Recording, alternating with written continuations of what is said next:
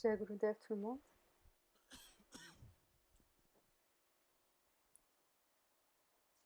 Attends,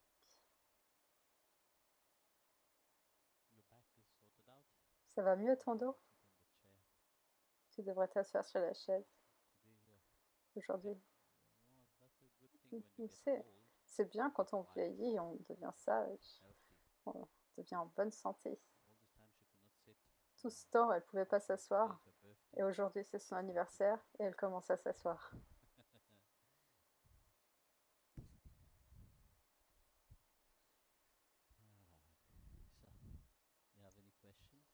Vous avez des questions?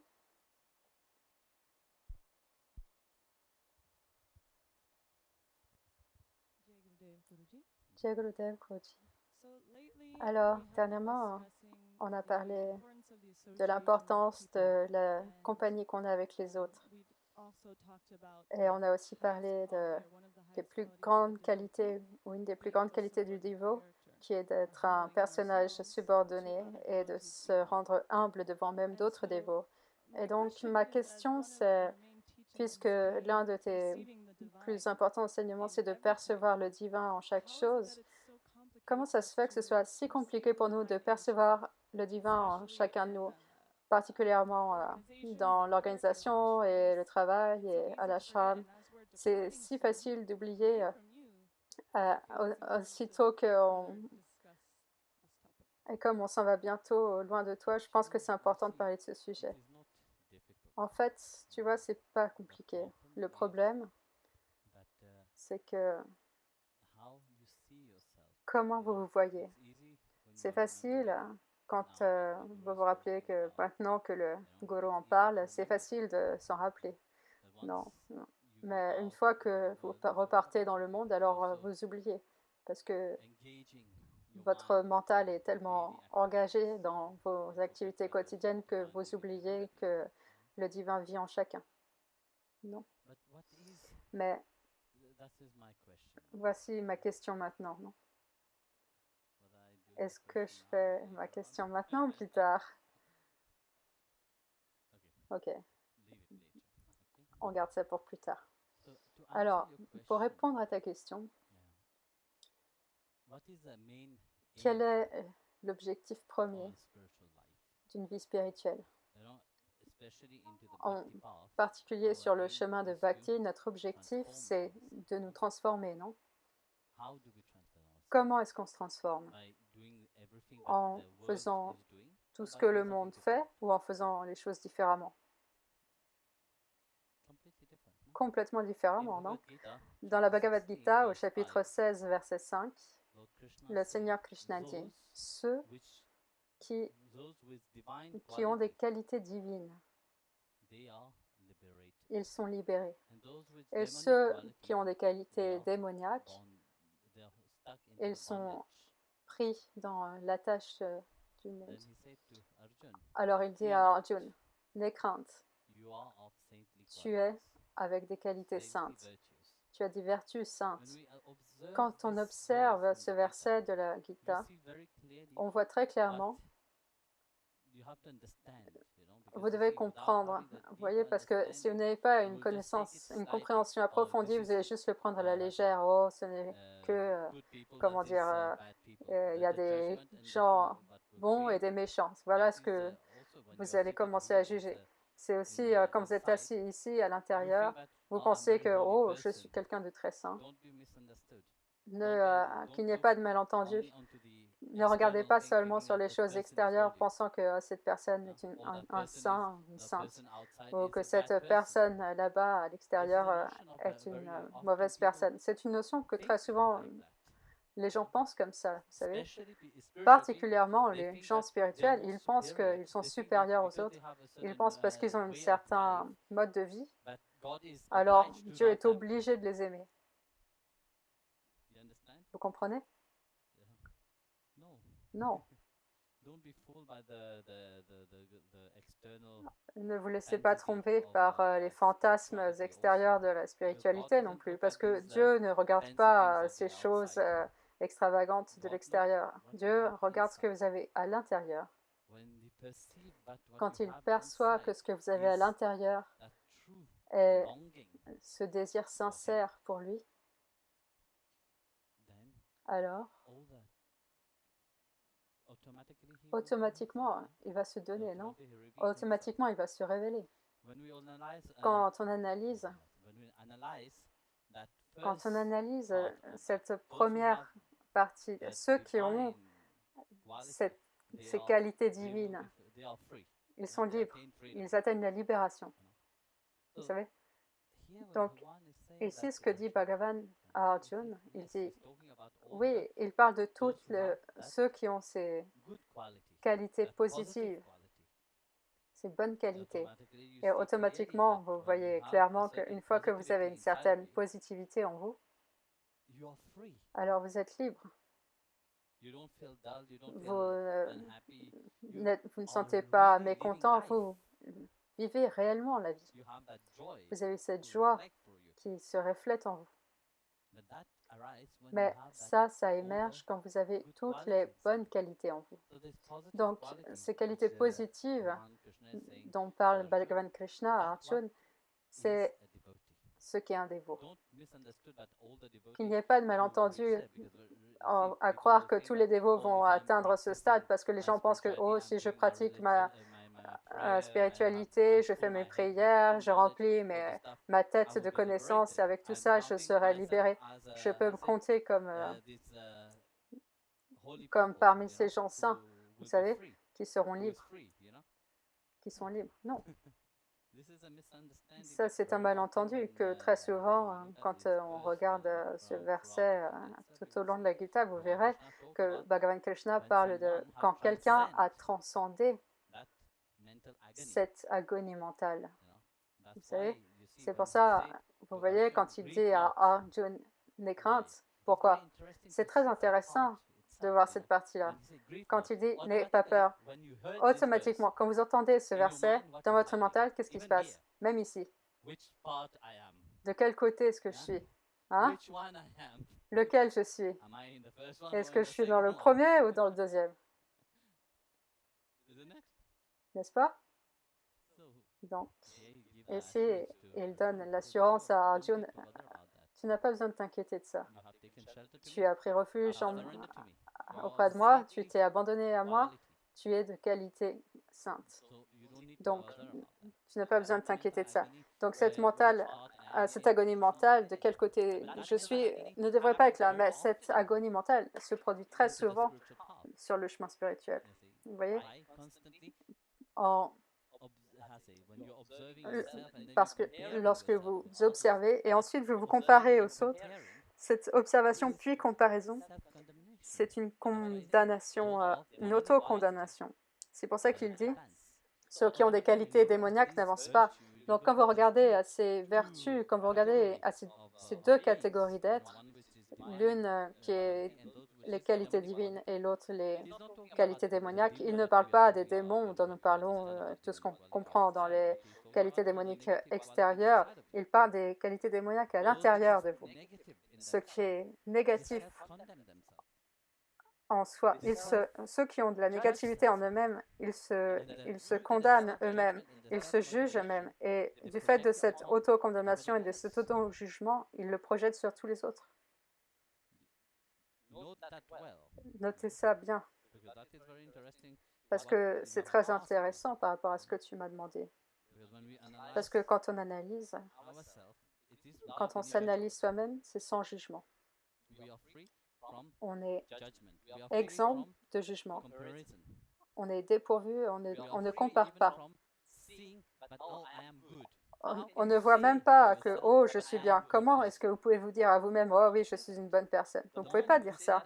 Au moment où vous dites ça, ça devient une notion négative en soi.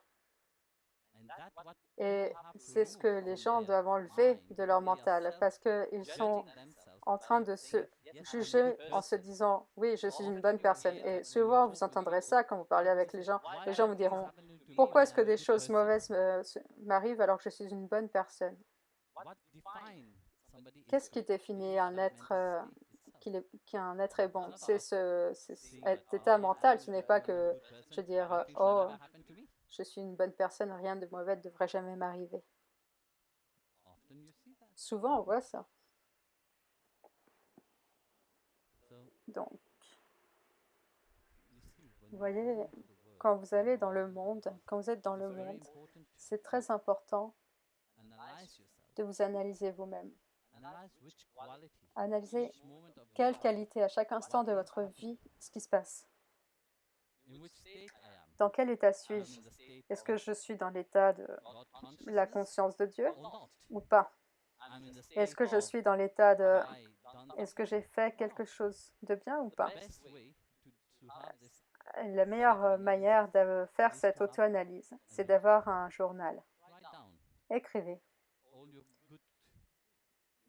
tout ce que vous avez fait de bien et tout ce que vous avez fait de pas si bien. Comment vous saurez que ce n'est pas bien? Parce que vous le sentirez. Quand vous faites quelque chose de mal, vous avez ce sentiment à l'intérieur de vous.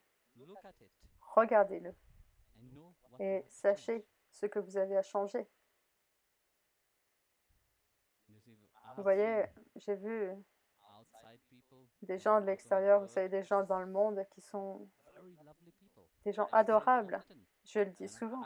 J'ai rencontré des gens qui ne sont pas sur le genre spirituel, parmi ceux-là, les meilleurs. Mais j'ai aussi rencontré les personnes les plus mauvaises sur le chemin spirituel. C'est vrai, vous savez. Regardez, souvent on voit ça.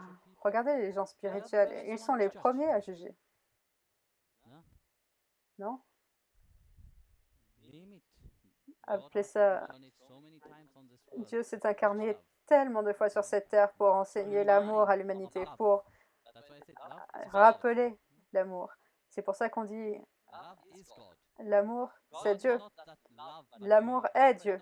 Dieu n'est pas une qualité qu'on exprime, non, c'est la totalité de l'amour lui-même. Ce n'est pas une qualité de lui-même. Il est comme ça. Il est ce Satchitananda. Et ce n'est pas une seule fois qu'il est venu ici. Il est venu tellement de fois. Il a envoyé tous ses saints pour vous rappeler de cet amour. Mais néanmoins, les gens l'oublient. Ils préfèrent penser à leur pauvre petit soi, à leur ego, à leur orgueil, à ce sentiment qu'ils n'ont pas quelque chose. Pourquoi quelqu'un devrait l'avoir alors que moi, je ne l'ai pas? Alors comment on pourrait être libre quand on est constamment en train de s'auto-condamner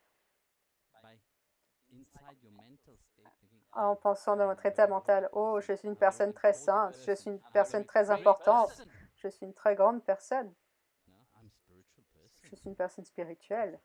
N'oubliez pas cette partie-là non plus. Il n'y a rien de spirituel là-dedans. C'est seulement plaire à l'ego et à la fierté. Un jour, Saint Kabir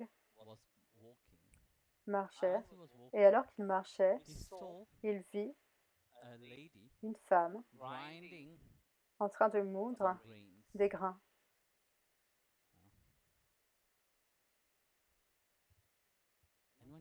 Et alors qu'il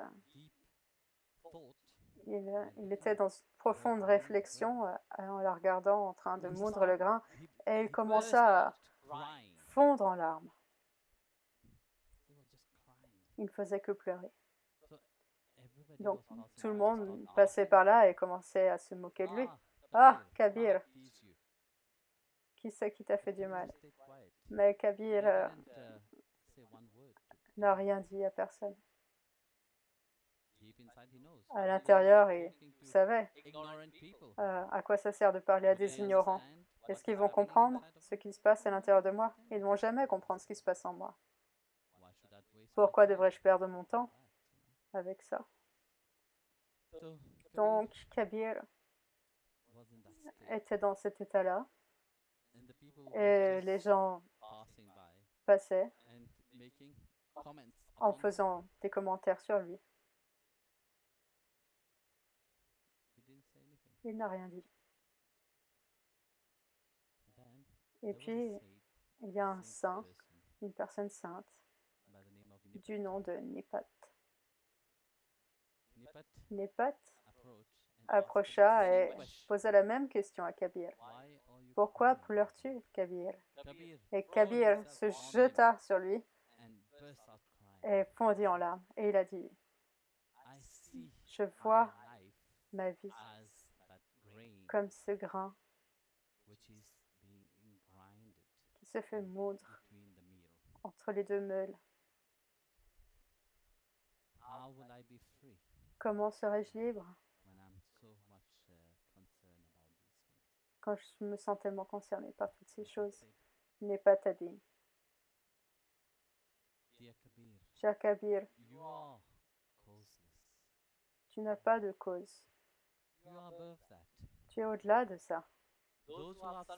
Ceux qui se sont abandonnés au nom de Ram, ils sont libres.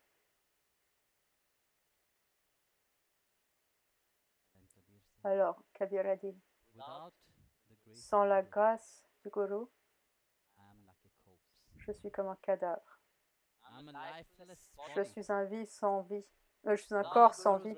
Sans la grâce du Guru, je ne peux rien faire. Ensuite, vous savez, il a été voir Ramananda. s'est tenu debout dehors et il a commencé à l'appeler. Ramananda. Ramananda dit, oh, va-t'en, Kabir. Je ne t'initierai jamais. Tu es musulman. Comment est-ce que je t'initierai? Il n'a pas bougé. Mais ceux qui ont ce désir en eux-mêmes, Dieu arrange tout pour eux. En fait, Kabir n'était ni hindou ni musulman. Il est né dans un lotus. Il est apparu sur un lotus. Vous savez? Et bien sûr, une famille sans enfants, ils le trouvèrent le bébé. Et c'était une famille musulmane. Donc, il grandit. Mais ce Ram Nam était en train de l'appeler et il voulait tellement être initié par Ramananda. Dans sa tête, il avait déjà pris Ramananda comme gourou. Comment obtenir l'initiation? Alors, vous voyez, il s'est allongé sur les marches qui descendent jusqu'au Gange. Il s'est allongé, il savait que Ramananda passerait par là. Et Ramananda, quand il arriva, il trébucha sur Kabir. Et il a dit Ram, Ram. Et il a dit Ram, Ram. Kabir s'est levé et a dit, aujourd'hui, je suis le plus béni. J'ai été initié par Ramananda. Et avec cette félicité dans le cœur, il a reçu le nom divin. Et il prit ce Ram Ram comme son Guru Mantra. Et il dit, Ram, c'est le seul. Je me sens comme Hanuman. Dans mon cœur, c'est comme lorsque Hanuman a rencontré Ram pour la première fois, c'est comme ça que je me sens. Vous savez? Et il est parti aux alentours en disant, je suis le dévot de Ramananda. Ce n'est pas ce genre de dévot qui est timidement, vous savez, ou très, comment dire, non, non, non, vous savez, ils se sentent honteux de dire qu'ils suivent le chemin spirituel. Pas ce genre de dévot qui dit, oh, je suis un gourou. Je me sens honteux de dire que je suis un gourou. Non, non, ce n'était pas ce genre de dévot. Il est parti sur la place publique et il a annoncé à tout le monde. J'ai été initié par Ramananda. Vous savez. Donc, quand Ramananda est passé par là, il a entendu Kabir dire cela. Il voulait tester Kabir. Il voulait tester Kabir. Quand il dit, il est allé là, il a pris une pierre et a commencé à le frapper. Quand est-ce que je t'ai initié? Il a dit, Ram Nam a tous les pouvoirs. Vous avez mis vos pieds sur moi. Alors, quelle preuve as-tu que je t'ai initié? Il a dit, quand tu reçois l'initiation d'ancien, quelle preuve as-tu? Le vent était témoin, les oiseaux et le ciel étaient mes témoins. Et maintenant, voyant le sang qui coulait de sa tête, Ramananda a vu que ce Kabir était pas juste une pierre normale, c'était une des plus belles pierres précieuses. C'est ce qu'il a vu en lui. Ce n'est pas une personne normale. Vous comprenez ce que je dis là maintenant? Il a mis sa main, et Kabir a dit, maintenant que tout le monde soit le témoin qu'il m'ait initié. Donc, vous voyez, la vie de ceux qui s'abandonnent à Dieu, comme j'ai dit, vous savez, c'est l'humilité. L'humilité, ce n'est pas une vertu que vous pouvez penser pour vous-même. Dans l'humilité, vous vous oubliez vous-même. C'est quand cette expression d'amour s'exprime et rayonne à travers la personne.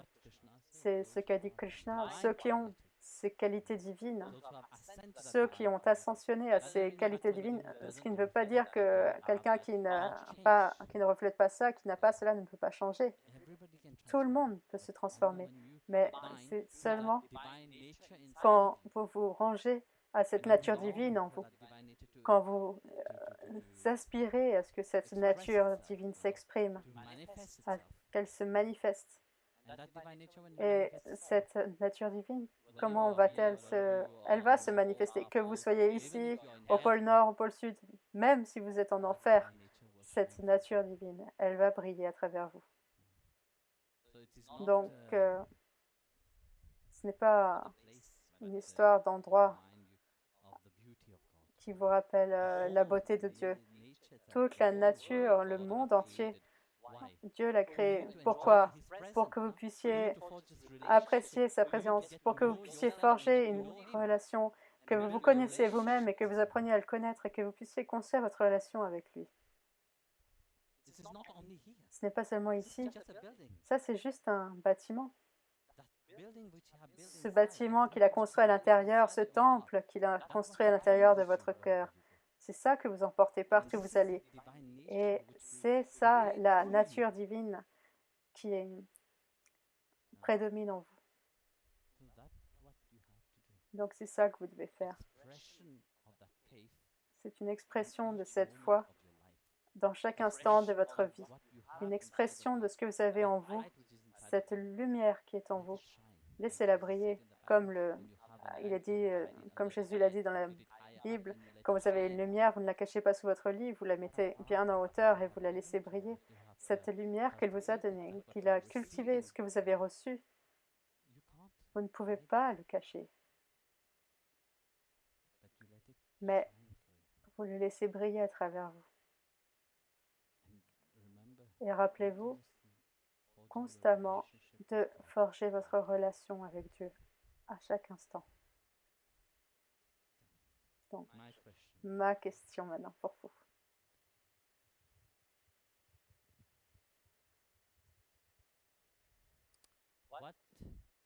Qu'est-ce que la foi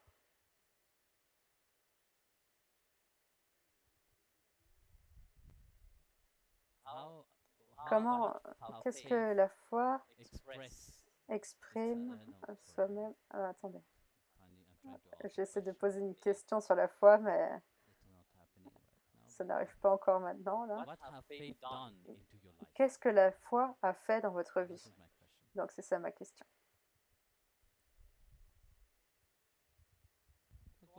Allez-y, répondez-moi.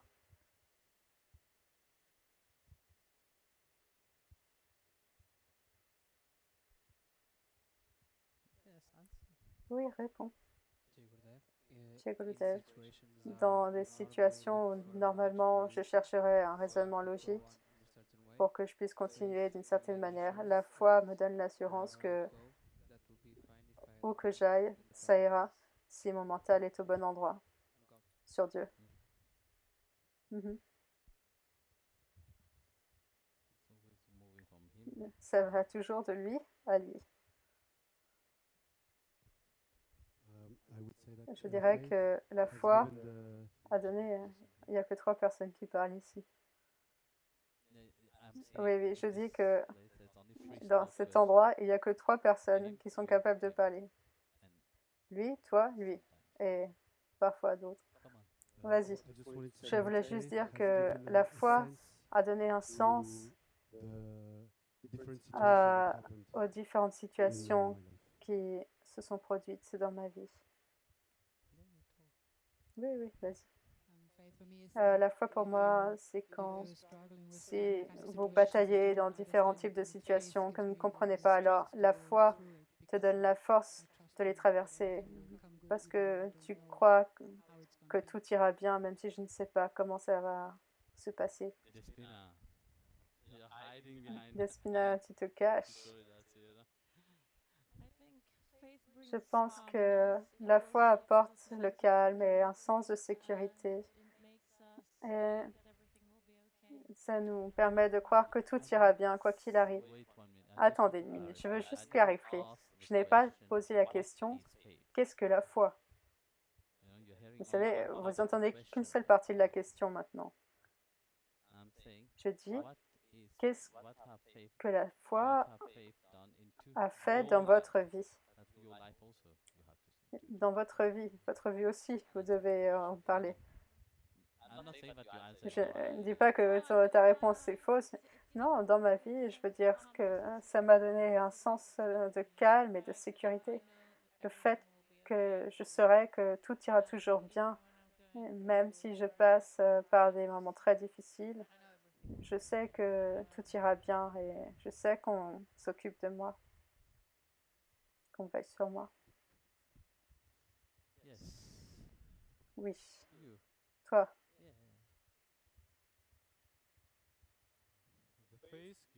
La foi me permet de ne pas avoir peur de ce dont je parle, juste sur Instagram par exemple, sur les réseaux sociaux. Oui, oui, oui. J'avais peur avant que je ressente la foi. J'avais peur de parler de ce que je fais exactement, etc. Mais quand j'ai senti que j'ai commencé à sentir la foi, alors je n'avais plus peur. Parce que personne ne peut dire que je fais quelque chose de mal, parce que j'ai cette foi, que je fais ce que je veux et ce que je ressens, et ce qui, je ne sais pas comment dire, ce qui est bon pour moi. Oui.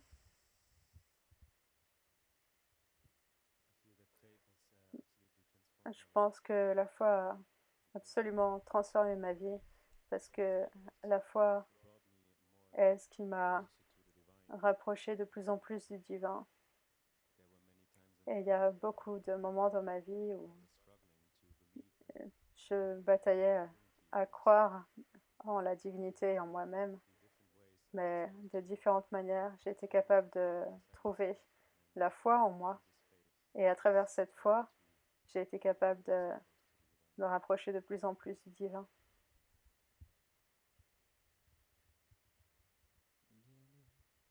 Oui, toi?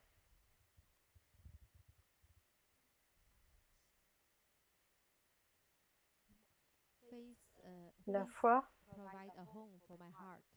a donné une maison à mon cœur.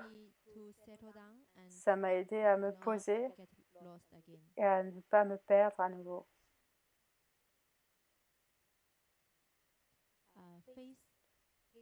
La foi me donne la capacité d'aimer. de prendre soin des autres et aussi de prendre soin de moi. Je veux aussi partager. Je pense que je n'avais aucune expérience de la foi avant dans ma vie. Et la première fois que j'ai fait l'expérience de la foi, c'est maintenant que je suis ici. Maintenant, on sait que rentrer en Chine n'est pas censé se produire dans un court terme. On sait qu'on ne va pas pouvoir rentrer en Chine, mais on a quand même décidé de venir ici. Donc c'est la première fois que je fais l'expérience de la foi dans la vie. Le courage, hein? La foi, la foi en vous. C'est beau. Donc, vous voyez, la foi s'exprime de multiples manières dans la vie. Mais la foi, ce n'est pas quelque chose qu'on peut feindre. Ce n'est pas, comment dire, superficiel. Vous savez, c'est pour ça que je dis que la foi, c'est le courage. Ça vous donne ce courage d'aller de l'avant. Et ça vous donne cette confiance que vous n'êtes pas seul, vous savez? Parce que souvent, les gens disent qu'ils sont seuls, non? Quand vous parlez avec les gens, souvent, vous entendrez ça. Je me sens seul. Mais ceux qui ont la foi, ils savent qu'ils ne sont pas solitaires. Ils savent qu'ils ne sont pas seuls. Vous ne pouvez jamais être seul. Vous avez le monde entier autour de vous. Comment est-ce que vous pourriez être seul? Vous êtes seul quand votre mental est complètement absorbé dans votre folie mentale. Vous savez, quand votre mental est complètement absorbé dans votre propre petit monde que vous avez comprimé et fermé sur lui-même. Vous connaissez ça très bien, hein? Pas toi derrière. C'est une experte sans ça. Alors, vous êtes seul. Alors, vous n'avez aucune foi. Vous savez? Mais ceux qui ont la foi, ils perçoivent la grandeur autour d'eux. Ils perçoivent cette possibilité dans les choses. Et c'est beau de voir, c'est beau à voir. Parce que, vous savez, ces sentiments intérieurs. Ce n'est pas quelqu'un qui vous dit quoi que ce soit, oui, si vous avez raison ou pas. Vous n'avez pas besoin de cette affirmation de qui que ce soit, que si vous avez tort ou raison. Vous avez ce sentiment à l'intérieur de vous que oui, je sais que c'est bien. Le monde fait toujours des affirmations. Quoi que vous fassiez dans le monde extérieur, vous savez, vous attendez toujours quelque chose. Ça, c'est un monde sans foi. C'est un monde qui n'a aucune foi en lui, aucune confiance. Ce n'est pas le monde lui-même, c'est cet état mental des gens. Vous savez, le monde est magnifique. C'est le plus beau, la plus belle des choses qui soit jamais arrivée, c'est cette incarnation. Que vous vous soyez incarné ici, dans ce monde, que vous viviez une vie qui... Combien d'âmes auraient voulu vivre cette vie?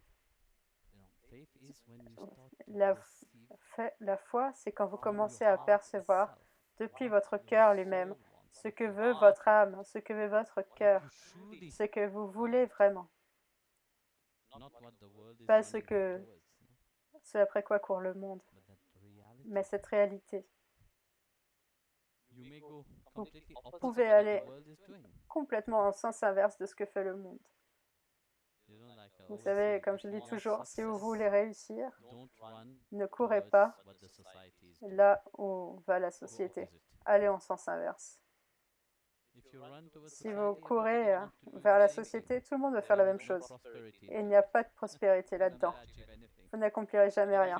Mais si vous allez dans le sens opposé, vous commencerez quelque chose de nouveau, jusqu'à ce que le monde essaie de vous rattraper, et vous aurez déjà avancé plus loin dans la vie. Et c'est ça la foi. Quand vous tenez ferme, je ne dirais pas seul, hein, comme j'ai dit plus tôt, vous avez une multitude de bénédictions avec vous tous. Quand vous vous dressez dans le monde, comme tu l'as dit plus tôt, que ici vous avez beaucoup de choses qui font des choses spirituelles, mais que quand vous allez dehors dans le monde, non, vous n'êtes pas seul. Vous restez, vous tenez debout et Dieu est à vos côtés. C'est ça la foi. C'est la croyance que tout, avec la foi, ira bien.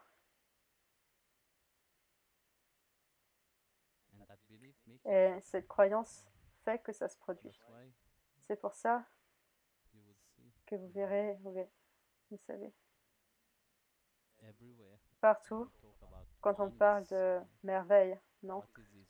Qu'est-ce que c'est que ces merveilles? Ce sont des merveilles de foi. Jésus guérissait des gens, qu'est-ce qu'il disait? Votre foi vous a guéri. Il n'a jamais dit hein, je vous ai guéri. Non. Mais cette foi, il faut l'avoir. Dans la vie de tellement de saints, vous verrez, vous savez, comment, du fait de leur foi, Dieu est venu les voir. À travers de la foi, l'amour a généré. Parce que sans la foi, l'amour n'est pas là. Vous ne pouvez pas dire j'ai foi en quelque chose, mais je ne l'aime pas.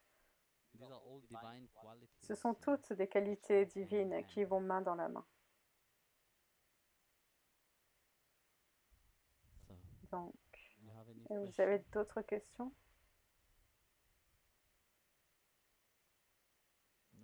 Pas de questions? Ok. Jai Gurudev, tout le monde.